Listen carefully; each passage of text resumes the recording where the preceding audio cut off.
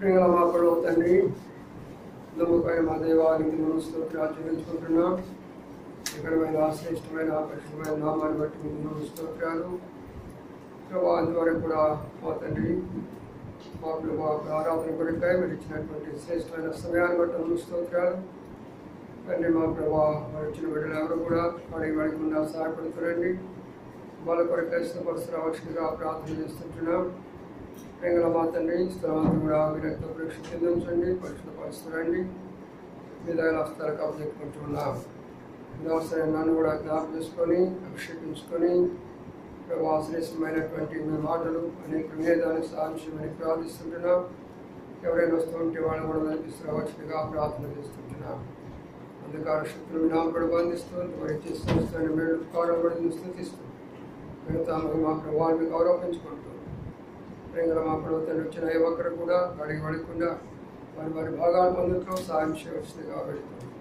మమ్మల్ని తగ్గించుకుంటూ మీ వైపు చూస్తూ వాతావరణం చాలా వేడిగా ఉన్నది. ప్రభా ఈ యొక్క వాతావరణంలో మీరు ఎక్కడి నుంచి మీరు దాన్ని చూపించవలసిందిగా ప్రార్థన చేస్తూ ఇచ్చిన అవకాశం పడిని స్థుతించుకుంటూ యేసు పరిశుద్ధ నామమున స్థుతించి ప్రార్థించి కనపరచు పెట్టుకుంటున్నాము తండ్రి. ఆమేన్. రెండు సమయంలో దేవుని యొక్క సన్నిధిలో మనం వచ్చాము. ప్రభువులో పాల్పొంది ఆయన యొక్క ఆశీర్వాద దీవెనలు పొంది వెళ్ళేదాని కొరకై ప్రభు మనసుకు పరుచును కాక. ఒక మాట చదువుకుందాం. మాడి సమయాల గ్రంథము, మాడి సమయాల గ్రంథంలో ఒక మాటను మనం జ్ఞాపకం చేసుకుందాం.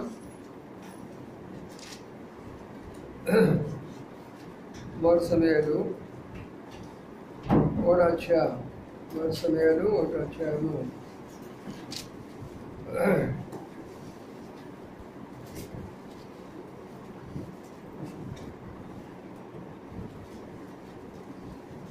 19వ వచనాన్ని అందరూ కలిసి చదువుకుందాం. 19వ వచనం, మొదటి సమయాలు 3వ అధ్యాయం 19వ వచనం. తరువాత వారు ఉదయమందు వేగరమై లేచి యెహోవాకు మొక్కి రామాలోని తమ ఇంటికి వచ్చింది. అంతటి ఎల్కానా తన భార్య అన్నను కూడాను యెహోవా ఆమెను జ్ఞాపకం చేసుకున్నాను కనుక అన్న గర్భం ధరించి దినములు నిండినప్పుడు ఒక కుమారుడు కని నేను యెహోవాకు మొక్కుకొని నిన్ను అడిగి అనుకొని వానికి సమయాలను పేరు పెట్టాను. చాలా చదవలేఖన భాగాన్ని ప్రభాషించి దీవించగాక. అనేక సందర్భాల్లో ఈ యొక్క మాటలు మనం వింటూనే వస్తున్నాం, తెలుసుకుంటూనే ఉన్నాం. అదే సమయంలో నూతనంగా ప్రభు దినం మనకి ఏం మాట్లాడబోతున్నాడు ఆ విషయాలు కూడా నేర్చుకోవడం కొరకై ప్రయత్నం చేద్దాం. ఇక్కడ మనకు తెలిసిన విషయం ఏమిటంటే ఒక కుటుంబాన్ని గురించి రాయబడుతూ ఉంటుంది. ఆ కుటుంబము ఏ కుటుంబం అంటే ఆశీర్వదించబడినటువంటి కుటుంబం. వారికి రెండంతల ఆశీర్వాదం ఉన్నది. వారి భూ సంబంధమైన ఆశీర్వాదం ఉంది, రెండవదిగా పర సంబంధమైనటువంటి ఆశీర్వాదం కూడా వారికి ఉన్నది. కాబట్టి వారికి భూ సంబంధమైనటువంటి ఆశీర్వాదాలు ఉన్నప్పుడు వారు ఎలాగా ఉన్నారు, పర సంబంధమైనటువంటి ఆశీర్వాదాలు ఉన్నప్పుడు వారు ఎలాగా ఉన్నారు అనే విషయాన్ని మనం ఇప్పుడు ధ్యానం చేయబోతున్నాం. ఇక్కడ రాయబడినటువంటి సంఘటన ఇది జరిగినటువంటిది కథ కాదు.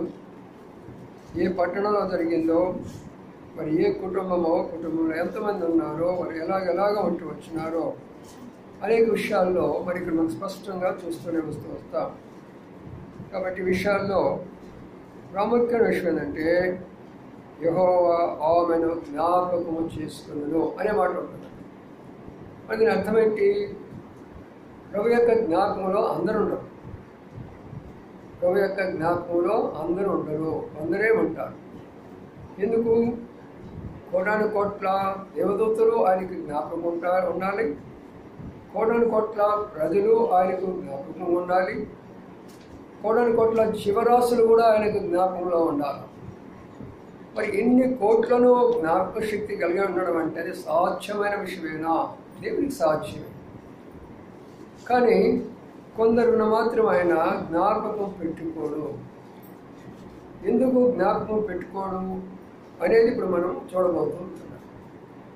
ఎవరెవరిని ఆయన జ్ఞాపకం పెట్టుకోడు, ఎవరెవరిని జ్ఞాపకం పెట్టుకుంటాడు అనే విషయాన్ని మనం చూస్తే, ఇక్కడ మనం మొదటి విషయంలో చూస్తే అక్కడ చాలా మంచి మాట ఉన్నది. 3వ వచనం అంటున్నాడు, ఇతడు షిలోహమందున్న సైన్యములకు అధిపతి యెహోవాకు మొక్కుబట్టుటకు బలి అర్పించుటకు ఏటేటా తన పట్టణం విడిచి అతనికి పోవచ్చుండెనో.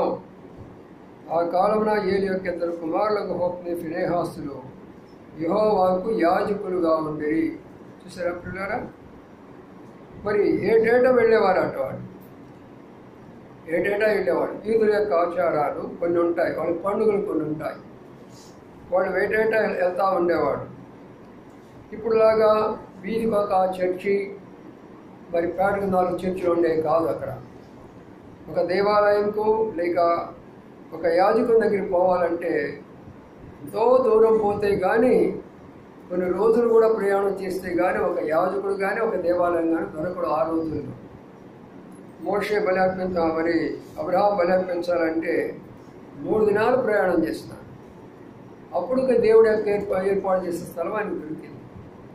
అందుకని ఇక్కడ మనం గమనించినట్లయితే సంవత్సరానికి ఒకసారి పోవడమే కష్టంగా ఉంది ఆ దినాలు. అయితే ప్రభు ఇప్పుడు మనకంత అవకాశం ఇచ్చాడు తెలిసిన. మరి ఎలాగుందంటే వీధి వీధిలో ఒక దైవ సేవ మనకు ఉండే అవకాశం వచ్చింది, వీధి వీధిలో సంఘం కట్టుకునేటువంటి ఒక అవకాశం మనకు వచ్చింది.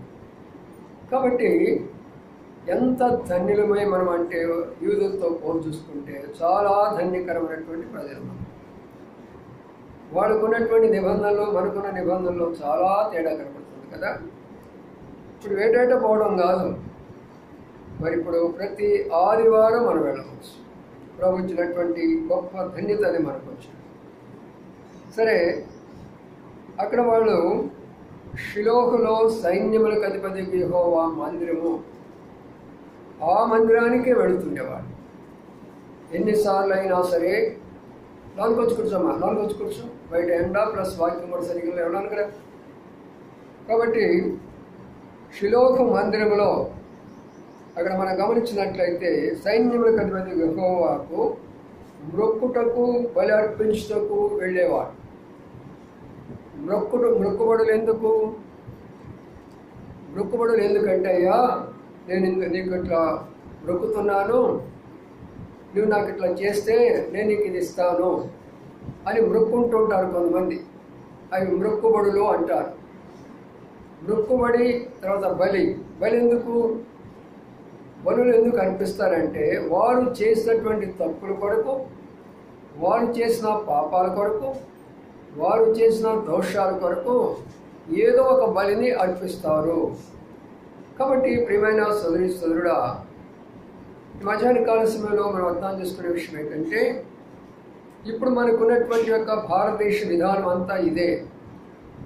వారు ఎప్పుడో ఒకసారి ఆ కొండకు పోయి వస్తామను, లేక ఇక్కడికి వెళ్ళి వస్తామంటారు, లేక కాశీ నుంచి రామేశ్వరానికి వెళ్ళి వస్తామంటారు. ఎప్పుడో ఒకసారి వెళ్తారు, ఏదో ఒక మొక్కుంటారు వాళ్ళు. అందుకని వాళ్ళకి బలిగా ఏదో ఒకటి తీసుకొని వాళ్ళు అర్పించుకుంటూ ఉంటారు. వాళ్ళు బలి అర్పించుకునేదానికంటే మా పాప దోషాలు పోవాలా, మేము చేసినటువంటి మోసాలు, మేము చేసినటువంటి అబద్ధాలు, వాటన్నిటికి కూడా వీటి పరిహారాల కొరకై మేము ప్రయాణం చేస్తామని ఇప్పుడు వెళ్తుంటున్నారు మనవాడు. కాబట్టి ఇది కొన్ని వేల సంవత్సరాల్లోనే యోధా జనాంగంలో ఉన్నటువంటి పద్ధతి అది. రెండవది మొక్కుబడులు. మనవాడు కూడా వెళ్తామంటారు కదా, మొక్కుకొని వస్తారు. నాకు బిడ్డ పుడితే నేను ఇట్లా చేస్తాను, నాకు కానీ కేసు కానీ గెలిస్తే ఇట్లా చేస్తాను, లేక నాకు కానీ ఇంటి కానీ స్థలం దొరికితే నేను ఇట్లా చేస్తాను, మొక్కుకొని వస్తూ ఉంచారు. ఇదంతా కూడా యోధా జనాంగము, యోధా రాజుల యొక్క పద్ధతులు, ఇశ్రాయేలు జనాంగం యొక్క పద్ధతులు.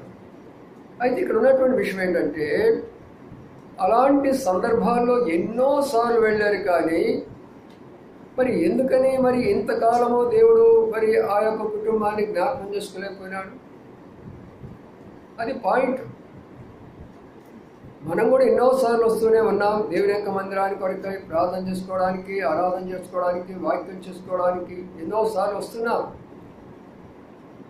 మరి ప్రభు ఎందుకు మనం జ్ఞాపకం చేసుకోలేకపోతుంటున్నాడు అంటే, మొదటి భాగంలో ఈ కుటుంబంలో ఉన్న నామకార్థమైన విశ్వాసాన్ని తెలియజేస్తున్నది. చాలామంది దేవుని మందిరానికి వస్తారు కానీ నామకార్థంగా ఉంటారు. అందుకనే ప్రభు జ్ఞాపకం చేసుకోవడం గుర్తించుకోండి. ప్రభు జ్ఞాపకం చేసుకోని వాళ్ళు ఎవరు ఇక్కడ ఉండరు, ఇళ్ళలోనే ఉంటారు. రేపు ప్రభు జ్ఞాపకం చేసుకుంటే పరలోకం కూడా ఉండరు, వాళ్ళు ఉండవలసినటువంటి నరకంలోనే ఉంటారు. అందుకనే జ్ఞాపకం చేసుకోయ్యా ప్రభు, నన్ను జ్ఞాపకం చేసుకొని దావీదు ఎన్నోసార్లు ప్రార్థన చేసుకుంటూ వస్తాడు. కాబట్టి ప్రియమైన సోదరి సోదరా, ఇక్కడ ఉన్నటువంటి తలంపు ఏంటంటే, ఎన్నోసార్లు వస్తున్నారే కానీ నామకార్థం వచ్చిపోతూ ఉంటున్నారు. ప్రభు వాళ్ళని జ్ఞాపకం చేసుకోవడం లేదు.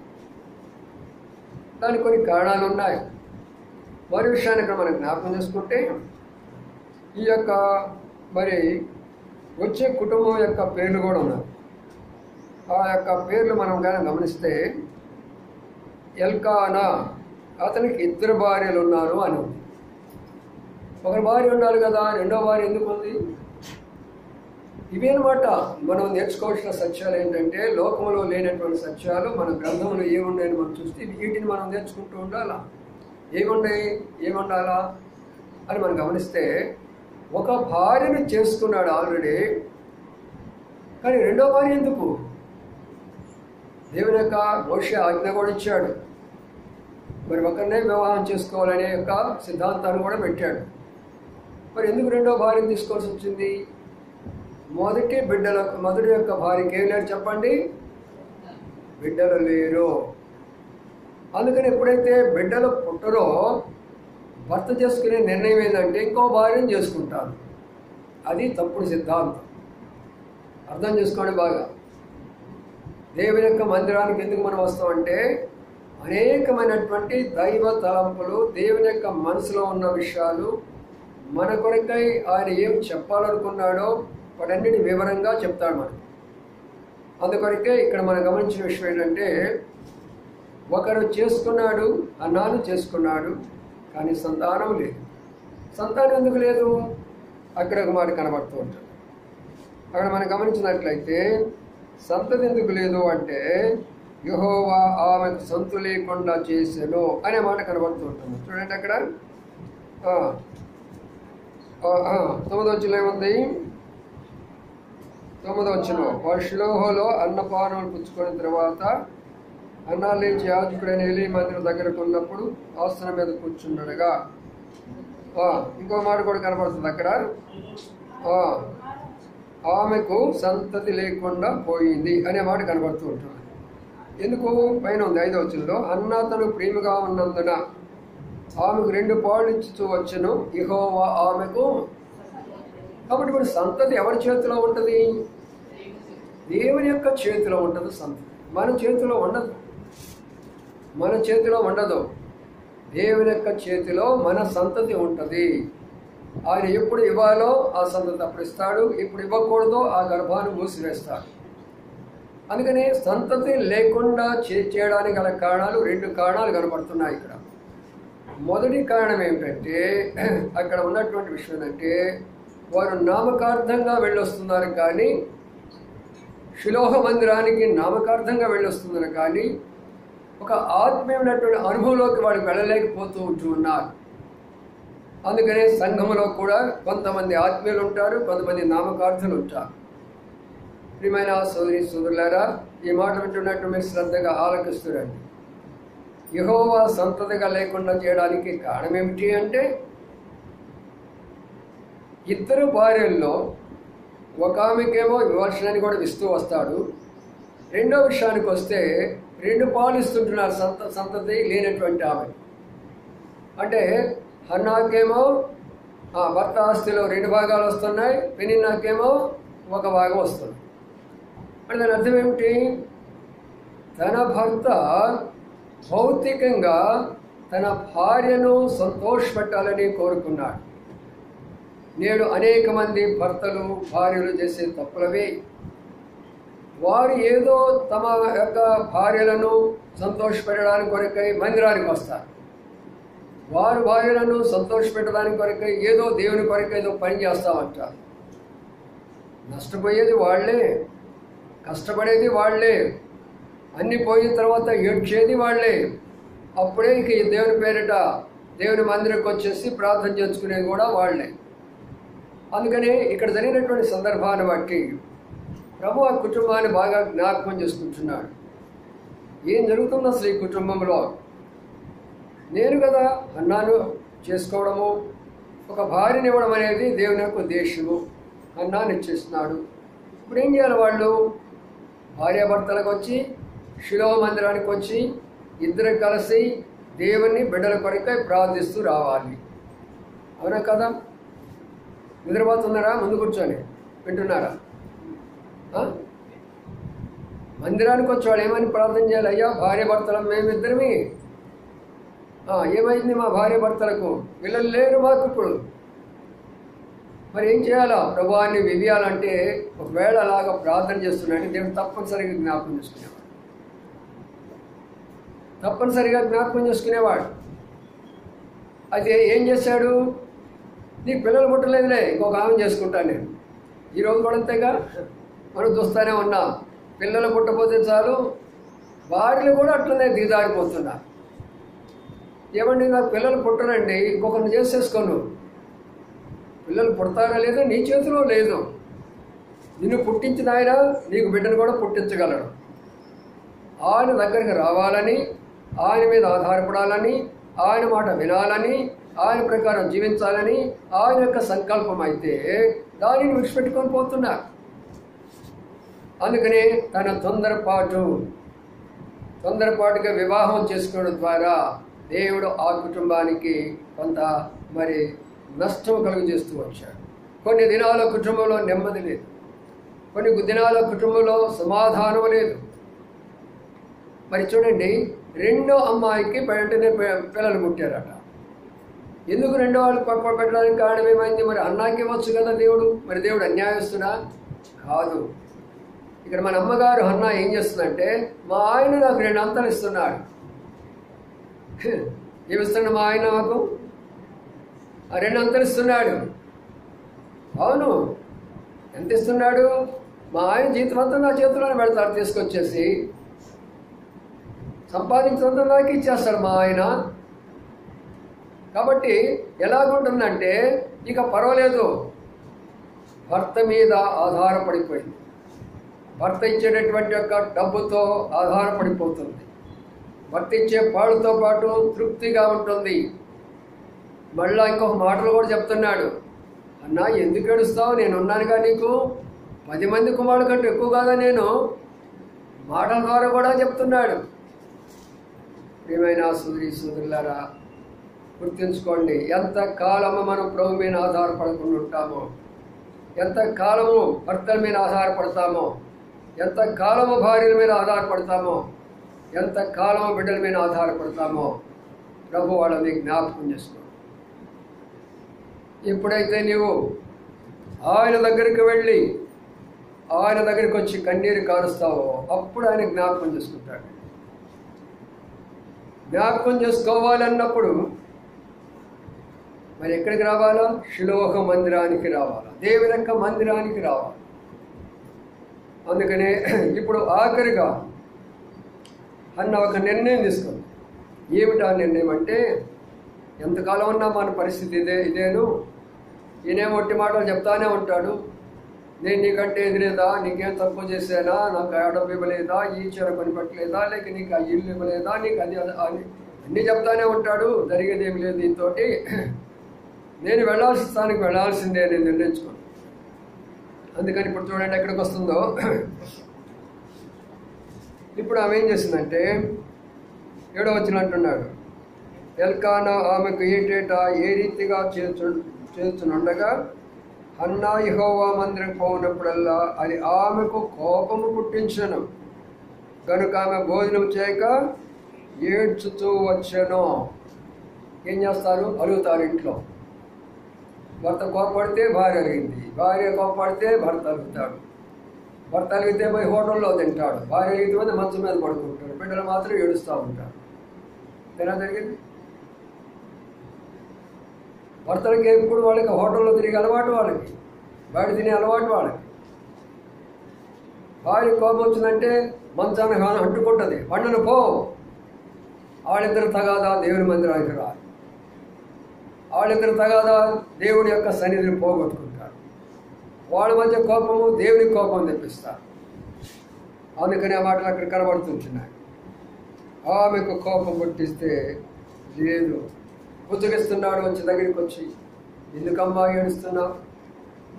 నేనున్నాను కదా, ఎందుకు ఏడుస్తున్నాను? నీ కుమారుడు కంటే నేను ఉన్నాను కదా. నేను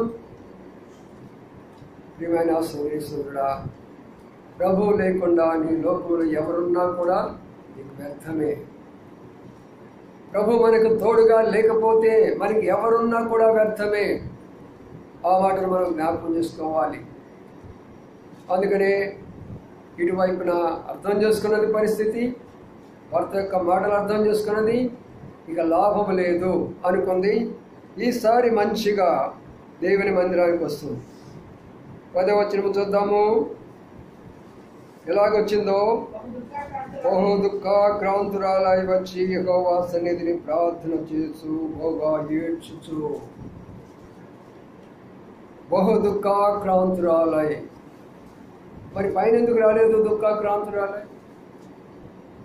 ఇన్ని రోజులైన తర్వాత దుఃఖాక్రాంతురాలా? ఇన్ని నెలలు ఇన్ని సంవత్సరాలైన తర్వాత దుఃఖాక్రాంతురాలా? ప్రియమైన సోదరులారా, బాగా అర్థం చేసుకోరండి.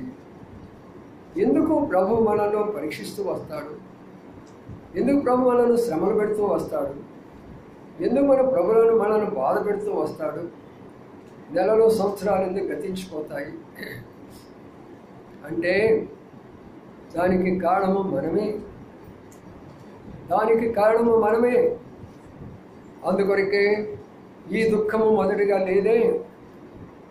చాలామంది అన్నీ జరుగుతున్నాయి కాబట్టి దేవుని యొక్క మందిరానికి వచ్చే దానికే ఇష్టపడరు. ఇప్పుడు మీరున్నారు, కొంతమంది బిడ్డలు ఇక్కడ లేరు. మీరేం చేసి వచ్చారు? హాయిగా వంట తయారు చేసి వచ్చారు, తినండి రా ఇంటికాడ హాయిగా. మీరు అది మీరు చేసే తప్పు.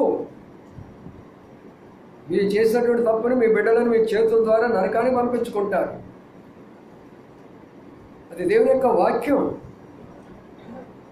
కాబట్టి మనము భార్య భర్తగా మందిరానికి రాకుండానే మొదటి కారణం ఏంటంటే వాళ్ళలో ఉండేటటువంటి యొక్క అహంకారము అంటారు, గర్వము అంటారు. ఆ గర్వం రావడానికి కారణం ఏంటంటే వారి దగ్గర ఉన్న ధనము అంటారు. ఆ ధనము వారి దగ్గర రావడానికి కారణం ఎవరంటే ఆ దేవుడే అంటాడు. దేవుడిచ్చినటువంటి ధనాన్ని మనం ఉపయోగించుకుంటూ అహంకారంగా జీవిస్తూ ఉంటే మళ్ళీ నీకు ఇదంతా కూడా సున్నా పెడితే కానీ మళ్ళీ దేవుని దగ్గరికి పోలేవు. అందుకొరకే ఇలాగ పరీక్షిస్తున్నాడు దేవుడు.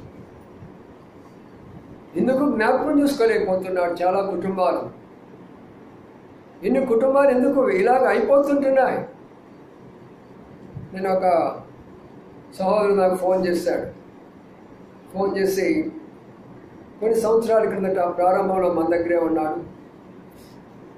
ఎంతగానో వేదనతోటి కన్నీటితో చెప్పాడు, అయ్యగారు మీ దగ్గర ఉన్నప్పుడు వేకోనే లేచేవాడిని, ప్రార్థన చేసుకున్నాను. ఇప్పుడు అలాంటి అనుభవం పోగొట్టుకున్నాను. మీ దగ్గర ఉన్నప్పుడు బైబిల్ తీసుకొని వీధుల్లోకి వెళ్ళాను, స్వార్థ ప్రకటించాను. ఈ అనుభవాన్ని పోగొట్టుకున్నాను.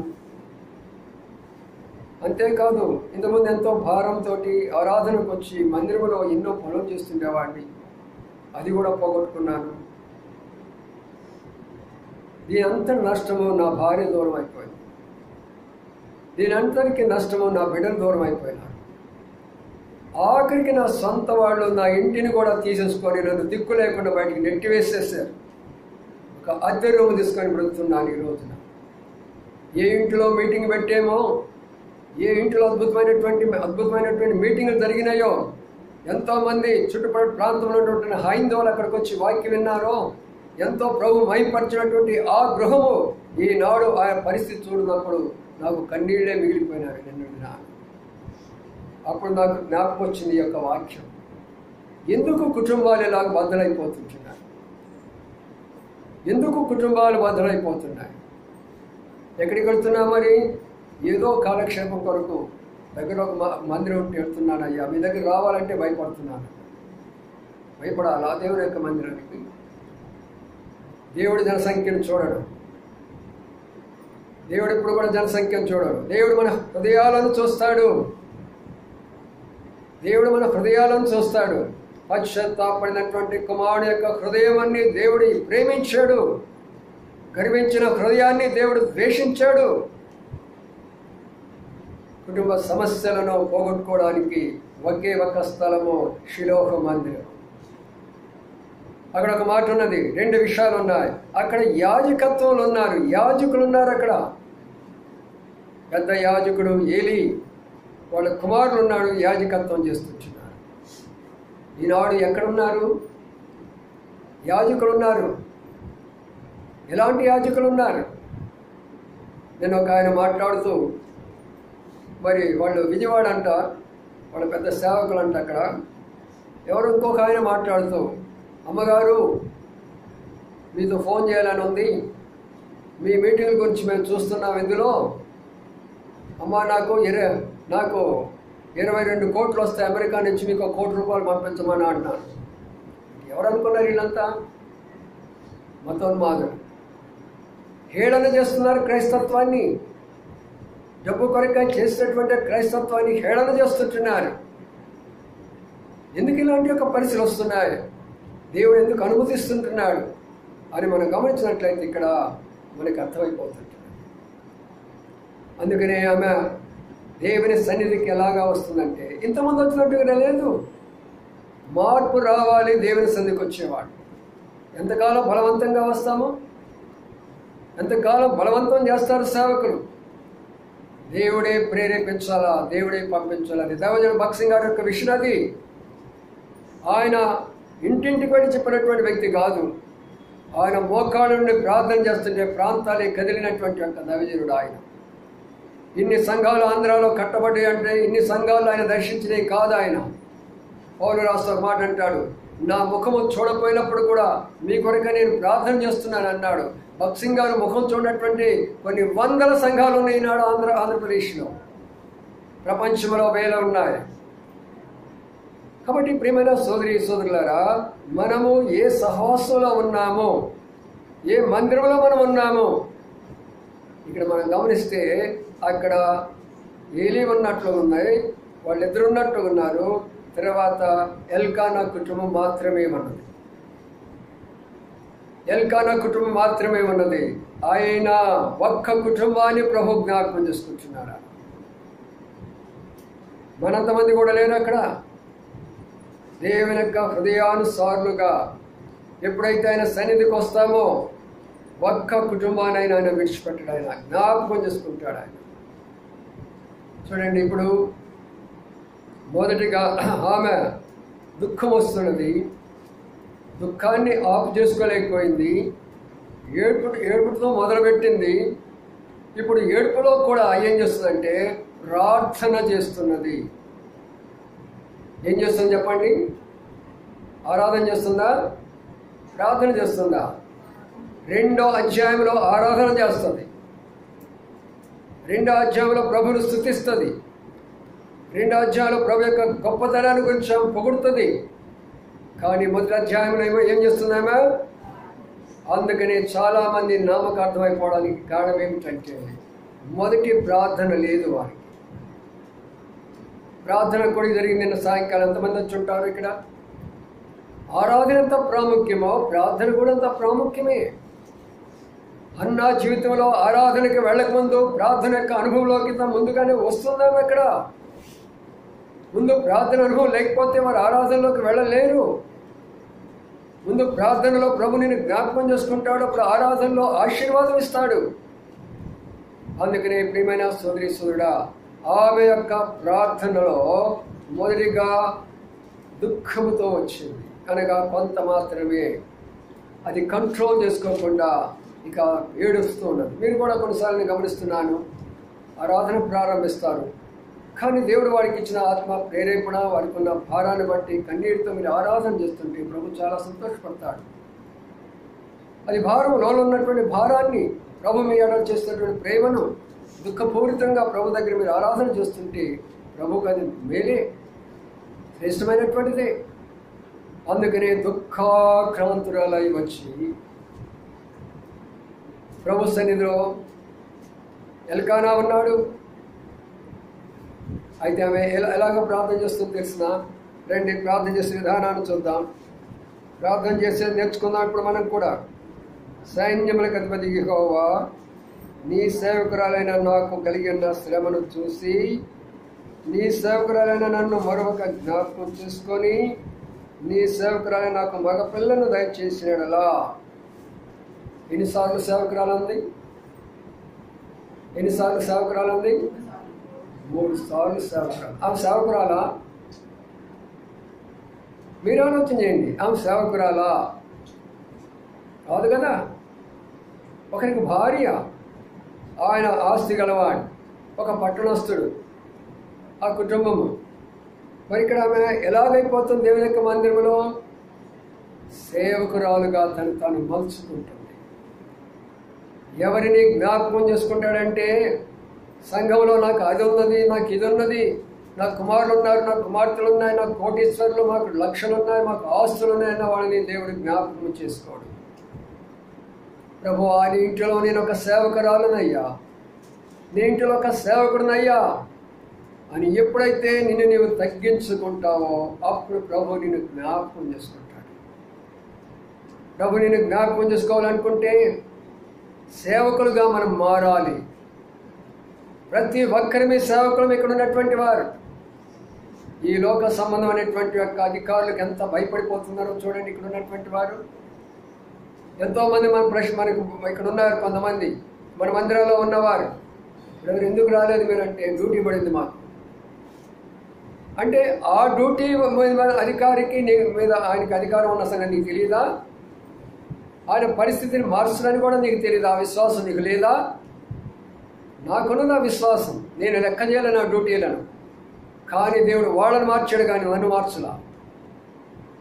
ఎప్పుడైతే నీవు నిజంగా దేవుని కొరకు నిలబడతాడు, ఈ డ్యూటీ కాకపోతే ఇంకో డ్యూటీ నాకు ఇస్తాడు. నేను అదే చెప్పేవాడిని, ఈ ఉద్యోగం కాకపోతే దేవుడు నాకు ఇంకో ఉద్యోగం ఇస్తాడు, కానీ మొదటి స్థానం దేవుడిదే, నాది. నేను ఎక్కడున్నా దేవుని కొరకని అనుకునేవాడు మొదటి నుంచి.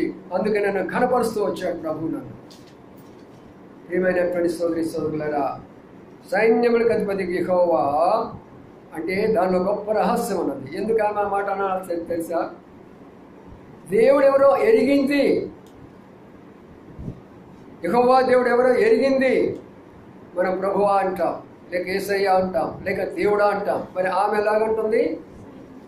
నీ దగ్గర సైన్యాలు ఉన్నాయి. ఏ సైన్యాలు ఉన్నాయి నీ దగ్గర? భూలోక సైన్యాలు ఉన్నాయి, ఆకాశ నక్షత్రాలు అంటే సైన్యాలు ఉన్నాయి, అన్ని రకాలైనటువంటి సైన్యం నీ దగ్గర ఉన్నది. నాకేం కుదువా? ఎంత సైన్యం నీ దగ్గర ఉన్నది. సైన్యములకు అధిపతియగు యెహోవా. కాబట్టి ప్రియమైన సోదరి సోదరులారా, మనం నమ్మిన దేవుని మనం జ్ఞాపకం చేసుకోవాలా. ముందు మనం నమ్మిన దేవుని మనం ప్రార్థించాలా. మనం నమ్మిన దేవుని దగ్గర మనం రావాలి. మనం నమ్మిన దేవుని దగ్గర మనం కన్నీటి కార్చాలి. మనం నమ్మిన దేవుని దగ్గర మనం ఏడవాలి. మనం నమ్మిన దగ్గర మన హృదయాన్ని కుమ్మరించుకోవాలి. నీ సేవకురాలు ఎప్పుడైనా వచ్చిందే నీ నోట నుంచి ఆరాధన? నీ నోట నుంచి ప్రార్థన వచ్చిందా అని ఆయన మన సేవకులుగా చేసుకుంటాం. దేవుని మన సేవకులుగా చేసుకుంటాం. నేను చెప్పింది నువ్వు చేయాలి ప్రభువా, నేను వెళ్ళిన స్థలానికి నువ్వు రావాలి ప్రభువా, నాకు నీవు తోడుగా రావాలి ప్రభా. మార్కెట్ పోతే నువ్వు తోడుగా రా ప్రభా, మరి ఫంక్షన్ పోతే తోడుగా రా ప్రభా, ఎండలో పోతున్నాను తోడుగా రా ప్రభా. ఆయన నీకు సేవకుడుగా చేసుకుంటావు, కానీ నీవు సేవకురాలు అయ్యావా ఏనాడు ఆయనకి? సార్ ఆలోచన చేయండి, ఎందుకు జ్ఞాపకం చేసుకోలేకపోతున్నాడు? కొంతమందిని, కొన్ని పరిస్థితులను, కొన్ని సంఘటనలను, కొన్ని స్థలాలను, కొన్ని సంఘాలను, కొన్ని సేవకులను ఆయన ఎందుకు జ్ఞాపకం చేసుకోలేకపోతున్నాడు అంటే వారి యొక్క ప్రార్థనా జీవిత విధానం, వారి యొక్క ఆత్మీయ సంఘ దర్శన విధానాన్ని బట్టి అందుకని ఆ మాటలు కనబడుతూ వస్తుంటున్నాయి. చూసారా ప్రియులారా? అయితే ఇంకో మాట ఏమన్నాడంటే, నాకు మగపిల్ల దయచేస్తే నేనేం చేస్తాను, నేను నీకు తిరిగి ఇచ్చేస్తానయ్యా. నాకు కానీ మగపిల్ల కానీ ఇస్తే నేను నీకు ఏం చేస్తాను, నీ సేవ కొరకు ఇచ్చేస్తానయ్యా. ఎదురే పిల్లలు లేరు, ఒక్క పిల్లోడు, ఆ పిల్లోడు పుడితే మళ్ళీ సేవకి ఇయడమే. ఆమెలో ఉన్న బలమైన విశ్వాసాన్ని చూడండి. తన స్వార్థాన్ని ఇక్కడ చంపుకుంటున్న ప్రార్థన, తన ప్రార్థనలో తన స్వార్థం లేదు. ఇక్కడ తన ప్రార్థనలో ఏమున్నదంటే దేవుని యొక్క అవసరతను చూస్తున్న ప్రార్థన. మన ప్రార్థనలో 100% మన అవసరతను చూసినటువంటి వాళ్ళే కానీ దేవుని యొక్క అవసరత చూసేవాళ్ళు ఎంతమంది ఉన్నారో చెప్పండి. ఈ రోజున దేవుని యొక్క మందిరమైనా, దేవుని యొక్క సేవ అయినా, దేవుని యొక్క పరిచయమైనా, దేవుని యొక్క సేవకుల కొరకైనా ఏదైనా సరే, ప్రభువా నీ అవసరత కొరకై నేనున్నాను ఒక సేవకురాలుగా, నీ అవసరం కొరకై నేనున్నాను, నా కుమారుడున్నాడు నీ కొరకై అని చెప్పగలిగినటువంటి కుటుంబం ఏదైనా ఉన్నదా భూలోకంలో? చాలా తక్కువ. అట్టి వారిని జ్ఞాపకం చేసుకుంటాడు. జ్ఞాపకమే కాదు, అట్టి వారిని గొప్పగా ఆశీర్వదిస్తాడు. సమూయేలు ఎంత గొప్పవాడంటే, హన్నా కుమారుడు ఎంత గొప్పవాడంటే, ప్రవక్తల్లో మొట్టమొదటి ప్రవక్త, ప్రవక్తల్లో గొప్ప ప్రవక్త. ఆ ప్రవక్త చెప్పినటువంటి మాట ప్రతిదీ స్థలంలో జరిగినటువంటిది. ఆయన పేరే నేటి వరకు కూడా ప్రపంచమంతా కూడా సమూయేలు లాంటి వారు ఎవరు లేరని చెప్పుకుంటూ ఉన్నారు. దేవుడు మర్చిపోతాడా? మర్చిపోడు కదా.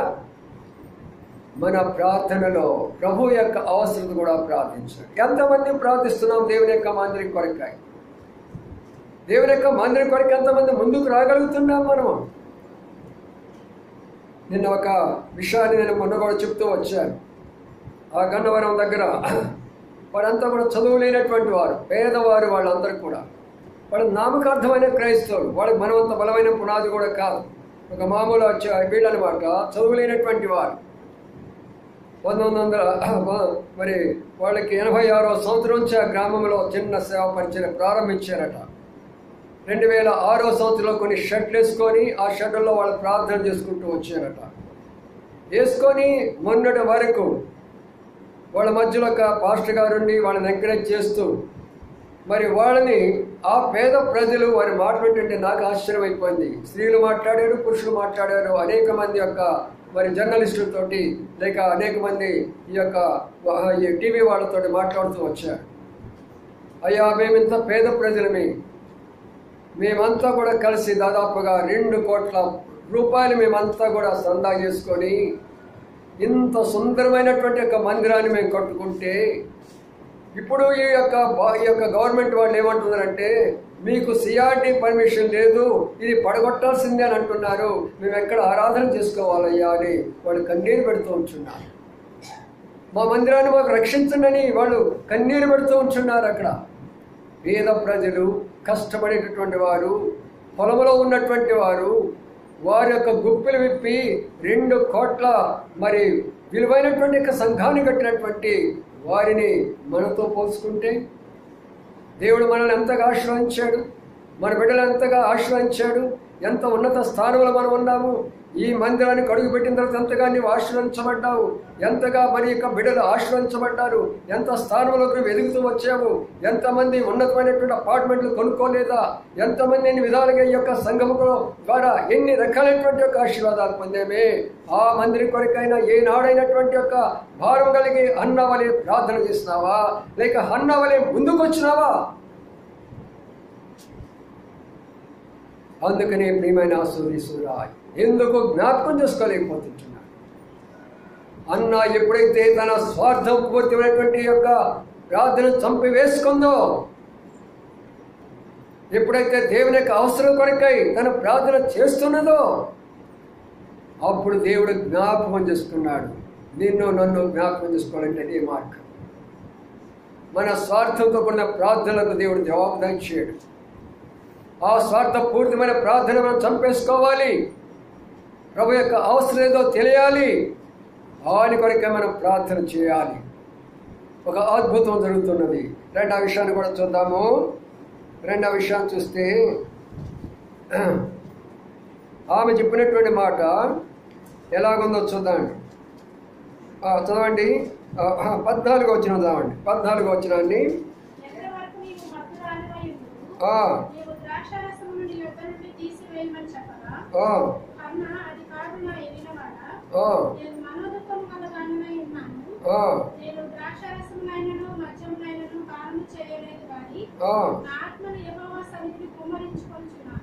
చాలు. ఆమె ఆత్మను ఎక్కడ కుమ్మరించుకుంటున్నామా? యెహోవా సన్నిధిలో. ఇప్పుడు ఏం చేసినావా? నాకు ఆ సమస్య ఉంది, ఈ సమస్య ఉంది, నాకు ఆ బాధ ఉంది, ఈ బాధ ఉంది, అనేకమైన మనం చెప్పుకుంటున్నాం, మంచిదే. అయితే ఆయన సన్నిధిలో కుమ్మరించినావా? ఎందుకు ప్రార్థన కూడా పెట్టుకుంటున్నాం మనం? ఆయన సన్నిధిలో కుమ్మరించుకోవడం కదా. ఎందుకు బైబిల్ స్టడీలు మనం పెట్టుకుంటున్నాం? మన విశ్వాసాన్ని వృద్ధి చేసుకోవడానికి కొరకు కదా. ఎందుకు యవనస్తులు కూడా పెట్టుకుంటున్నాం? మరి యవన పిల్లలను ప్రభు కొరకే సిద్ధపరచడానికి కొరకు కదా. ఎందుకు సహోదరులకు కూడికి పెట్టుకుంటున్నాం? సహోదరులందరూ కన్నీరు కలిసి ప్రార్థించేదాని కొరకు కదా. ఏమి జరుగుతున్నది అక్కడ చూడండి. అక్కడ రాసినటువంటి శ్రేష్టమైనటువంటి మాట ఎలాగా ఉందంటే, కుమ్మరిస్తున్నాడంట, తన హృదయం అంతా కుమ్మరిస్తున్నాడు. అయితే దైవసేవుడికి అపార్థం చేసుకున్నాడు. దైవసేవుడు అపార్థం చేసుకున్నాడు. ఎంతకాలం మత్తురాలుగా ఉంటావు? ఎంతకాలం నువ్వు అలాగా మత్తు పడకుండా ఉన్నావు? ద్రాక్షరసము. ఇంకొకరైతే ఏమని ఉండేవాళ్ళు? మీరైతే ఏమని ఉండేవాళ్ళు? చూడండి, మీరైతే ఏమని ఉండేవాళ్ళు? ఆయనకేం కళ్ళు కనబడటం లేదా? నేను ప్రార్థన చేసుకుంటుంటే నేను చూడటం లేదా, వినబడటం లేదా నా ప్రార్థన ఆయనకి? అయితే ఆమె ఏమంటుందో చదవండి. ఆ మాట ఆమె ఏమంటున్నామే? అయిన మాట చదవాలా? నా ఏలినవాడా. బైబిల్ ఒక మాట కూడా ఇంపార్టెంట్. ఆ ఏలినవాడు అంటే ఎవరు? దైవ సేవకునికి ఏ స్థానం ఇచ్చింది? దైవ సేవకునికి ఏ స్థానం ఇచ్చింది? ఏలినవాడు. అవును కదా. ఆ ఏలిన వాడిని ఈనాడు ఏలుస్తున్నారు. నేను ఉత్తరప్రదేశ్లో ప్రకటన చేశారట. జాగ్రత్తగా వినండి. వాళ్ళు చేసిన ప్రకటన ఏంటంటే, ఇక మీదట ఎస్సీలు కానీ, ఎస్టీలు కానీ, ఓబీసీలు కానీ, బీసీలు కానీ ఎవరు కూడా చదువుకోవడానికి వీల్లేదు. ఎందుకంటే మీరు చదువుకొని మీరు ఉద్యోగాలు చేస్తే మా పొలాల్లో పనిచేసే వాళ్ళు ఎవరు? అందుకని మించి వాళ్ళని ఎవరు కూడా ఉన్న పదవులు కూడా తీసివేయమని చెప్పేస్తాడు యోగి. ఏం కాబోతుందో చూడండి. వారు నడిపిస్తున్నారు ఈనాడు. యోగీలు, భోగీలు, త్యాగీలు. రానున్న దినాల్లో మనం తిరిగి పాత దినాల్లోకి వెళ్ళిపోతాం. అరణ్యాలు పెట్టుకొని, చెంబులు పట్టుకొని కూర్చోవలసిన దినాలు ఉంటాయి. ఉద్యోగాలు ఉండవు, కోర్టులు ఉండవు, కాలేజీలు ఉండవు, హాస్పిటల్ ఏమీ ఉండవు. భజన చేయాల్సి వచ్చేది. ప్రార్థించండి మీరు పరిస్థితుల కొరకాయి. నా ఏలినవాడా, నా ఏలినవాడా అని ఏమన్నారు? అన్న తర్వాత ఏమన్నారు? ఏలినవాడని. అయ్యా నన్ను అపార్థం చేసుకోగలను. నాకున్న భారం అంతా ఉన్నది. ఆ భారం అంతా కూడా ఆయన సన్నిధిలో కుమ్మరించుకుంటున్నాను. నన్ను అపార్థం చేసుకోవద్దు, అపార్థం చేసుకోవద్దు. చూసారా ప్రియులారా? ఆమె తగ్గింపు యొక్క మాట, ఆమె యొక్క విధానము, ఆమె పద్ధతిని బట్టి ఆయన మాట ఏందో చదవండి. దాని కింద ఏముంది చూడండి. ఏముంది? ఆ మాట చదవండి.